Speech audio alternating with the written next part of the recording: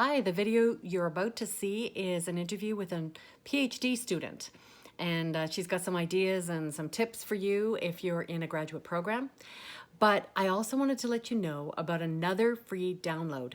It's a book called Stay the Course, Navigating Your Graduate Program, and it's available on Nurse Practitioner Global Initiatives. The link will be included in the discussion portion of this YouTube video. Don't miss it because it'll help you give you ideas about how to work on a thesis, but has information for anybody in a graduate program. And you know what? If you don't need it, then let somebody else know about it and let them download it for free. So it's a free ebook. Okay, enjoy. Hi, everyone. I'm Roberta Heel. I'd like to welcome my colleague, Lori Rietze. Lori, would you please introduce yourself? Hello, my name is Lori Rietze, and I'm a faculty member at a university in Ontario, and I'm also at the tail end of completing my PhD at a different university in Canada, and I'm excited to be here. Thanks for asking me. Okay, so we're here today to talk about the experiences of a PhD student. So Lori, can you give us an idea of what drew you to taking a PhD? So pragmatically, what actually drove me to do a PhD was the business, of course, that I work at a university. So the expectation in a university position is that you're working toward a PhD. At least I understand that it is. So I thought that would be a good next step for my career in light of the fact that I was working there. Also, I know that those who have PhDs might possibly be a little bit more successful in research grants. So I was looking toward what would help to make my future and my research program a little bit more robust. Okay. What do you like the most about the PhD experience?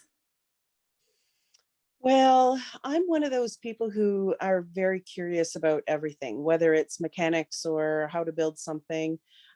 So for me, what I like the most, and I think it was in fact to my detriment because I ended up taking more courses than I needed to, but what I like the most is the ability to take a variety of courses, and I feel um, quite fortunate to have access to world-renowned educators to teach me things that I didn't know before, or to expose me to concepts that I didn't understand before, or even to simply help with my writing. So what I liked the most about the experience was the ability to have multiple, let's say, directed studies or classes that I was interested in, that I could take that may or may not have directly filtered into my PhD. Great. And what did you like least about the experience? Hmm. Well, for me, when I first started, and perhaps this was completely my fault, and it's something that is going to lead into probably some questions that you have later on, but um, what I really struggled with was the timeline. So when I first came into the program, I'm not sure that I was clear about, when you start, when do you get through candidacy? When are we expecting then that you're going to defend your proposal? What is candidacy? How long should that process take? How successful are people through this process? And then what is the next step after you defend your proposal? So trying to make sure that my timeline was clear was a challenge for me. And what I mean by timeline was what the university's expectation was of me in terms of timelines. When do they expect that I should be done the program? When should I have completed all these different steps? So that I found most challenging because when I didn't have clarity on that, that allowed me to enter into all these directed studies that I was incredibly interested in, and I think was valuable for my learning. But of course, it sent me off track and made my journey a lot longer than it needed to be. If you can give one piece of advice to someone thinking about a PhD, what would it be? hmm So along those lines, in terms of timelines, I think my one piece of advice would be take your time in really narrowing down the program that you're interested in. So in saying that, there's a couple of pieces that I would specifically focus on within each of the programs. For me, it was very important to choose the program that was available by distance. So I didn't want to take a PhD at my home university because, of course, then my colleagues would be the ones on my committees that would be evaluating me.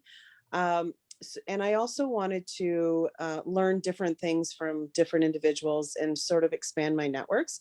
So for me, I chose a PhD away from my home university and not at the same university that I did my master's at. So that was helpful, but it further narrowed it down to find one that was available by distance.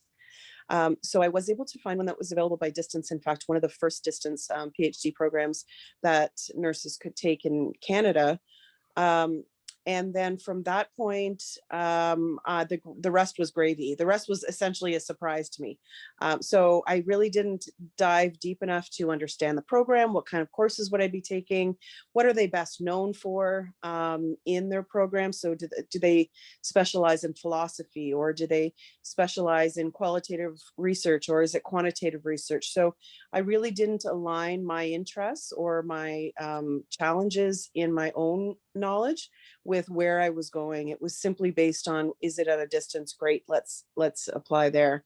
And so my advice would be to really know the program that you're choosing. Know what the timelines are, what are the expectations, who works there, who can you reach out to for help for things like writing assistance, what is their library loan policies, can they send you books through the mail, can they send you videos through the mail, let's say, even though in this day and age we can get a lot electronically. That's something to consider. Also, like, how are they set up for IT support?